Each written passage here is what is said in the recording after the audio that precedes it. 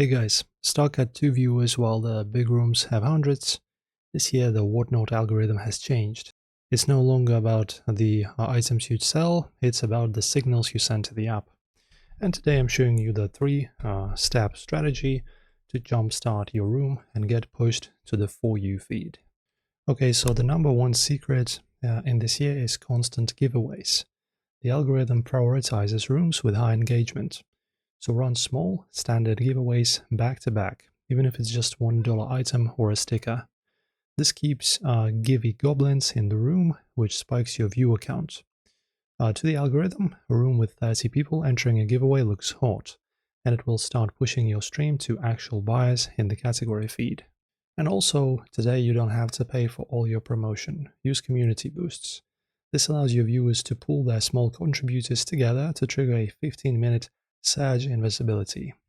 When a boost is active, your show tile gets a special animated border in the For You feed. Always have a boost goal pinned to your chat to encourage your regulars to help bring in new blood. And also stop ending your shows abruptly. This year, raiding is the lifeblood of growth. Always raid another seller in your niche when you finish.